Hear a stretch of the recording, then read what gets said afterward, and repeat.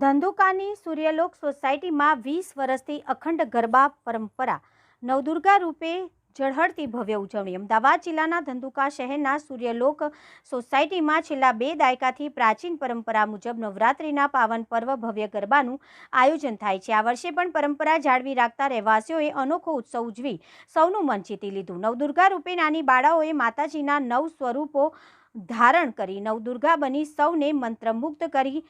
भाई बहनों અને બાળકો દ્વારા માતાજીની પૂજા અર્ચના સાથે તિલક ચાંદલો કરવામાં આવ્યો। ઘર ઘર પધારેલી માતાજીની ગરબી દરરોજ અલગ અલગ ઘરે માતાજીની ગરબી પધારવામાં આવતી હોય છે। ઘર ઘર ભક્તિભાવ અને સમૃદ્ધિનો માહોલ છવાઈ ગયો હતો। માતાજીની આરાધનાથી સોસાયટીના રહેવાસીઓના ઘર અને મન બંને પ્રસન્ન બન્યા। 9 દિવસ રાત્રે સોસાયટી ગરબે ઝૂમી છોકરીઓ, બહેનો, બાળકો અને યુવાનો રોજ માતાજીના ગરબે ઘૂમી ધન્યતા અનુભવી રહ્યા છે। સામૂહિક ગરબા સાથે ભક્તિ અને આનંદનો અદ્ભુત મેળાવડો સર્જાયો। ચા નાસ્તાની મીઠાશ સાથે ભક્તિભાવથી દરરોજ રહેવાસીઓ દ્વારા ચા પાણી અને નાસ્તાનું આયોજન થતાં ઉત્સવમાં ઉમળકાભેર એકતા અને સૌહાર્દના સંદેશ પ્રસરી રહ્યો છે। અંતિમ દિવસે ભવ્ય શોભાયાત્રા સાથે ઉત્સવના અંતિમ દિવસે માતાજીની ગરબીને વાજતે ગાજતે ભવાની મંદિર ખાતે ભવ્ય શોભાયાત્રા સાથે પધરાવવામાં આવે છે, જે દ્રશ્ય સૌને અભિભૂત કરી દે છે। સૂર્યલોક સોસાયટીના આ નવરાત્રિ ઉત્સવ માત્ર ધાર્મિક શ્રદ્ધા જ નહીં પણ સાંસ્કૃતિક પરંપરા અને સામૂહિક એકતાનું જીવંત પ્રતીક બની રહ્યું છે। Reporter CK Barad.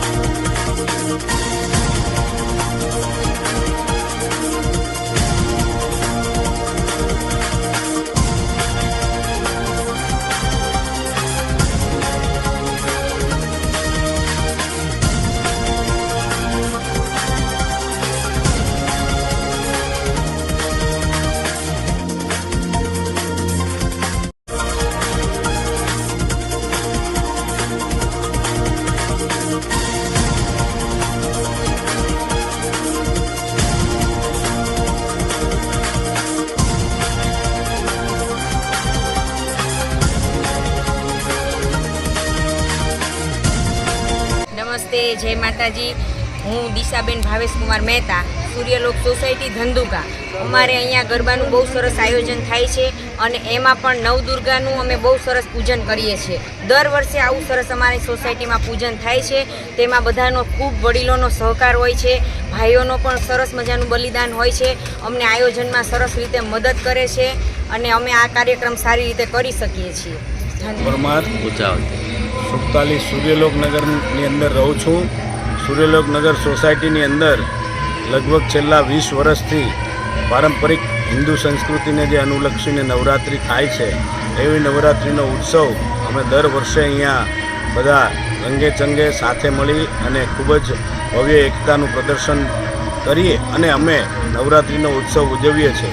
આ પારંપરિક નવરાત્રિની અંદર 10 દિવસ માતાજીના ગરબાનું પૂજન, 10 દિવસ અલગ અલગ વ્યક્તિના ઘરે જાય છે માતાજીનો ગરબો, ત્યાર પછી ચાચર ચોકમાં પધરાવવામાં આવે છે અને અહીંયા પારંપરિક જે જૂના પ્રાચીન ગરબાઓ છે, હનુમાનજીનો ગરબો છે, રાજા હરિશ્ચંદ્રનો ગરબો છે, એવા જૂના ઘણા ગરબાઓ ગવાય છે અને માતાજીનો દશેરાના દિવસે અહીંથી અમે ભવાની મંદિર સુધી પારંપરિક રીતે ગરબાઓ ગાતા અને એને અંદર ત્યાં આવી સરસ મજાની નવરાત્રિ 20 વર્ષથી ઉજવીએ છીએ। બીજું ખાસ કહેવાનું કે અહીંયા 10 દિવસ સોસાયટીના બહેનો દીકરીઓ માટે ખૂબ સારા નાસ્તાની વ્યવસ્થા પણ કરવામાં આવે છે અને ધંધુકાની અંદર આખી નવરાત્રિ પર્વ દરમિયાન સૌથી વધુ સંખ્યામાં અહીંયા બહેનો અને બાળકો ઉપસ્થિત હોય છે અને ખૂબ જ સારી રીતે નવરાત્રિનો મહોત્સવ ઉજવવામાં આવે છે। બીજું કહેવાનું કે આજના દિવસે ખાસ અમે અહીંયા નાની દીકરીઓ લગભગ 9 થી 10 દીકરીઓ આજે મા દુર્ગાનો વેશ કરી અને એનો વેશભૂષા કરી અને 10 દીકરીઓ મા દુર્ગા બની હતી અને એ નવદુર્ગાની સ્તુતિ પણ બહુ સારી રીતે કરવામાં આવી અને દરેક દીકરીઓએ બધાને, આખી સોસાયટીવાળાને ખૂબ જ એમના રૂડા આશીર્વાદ પણ આપ્યા છે।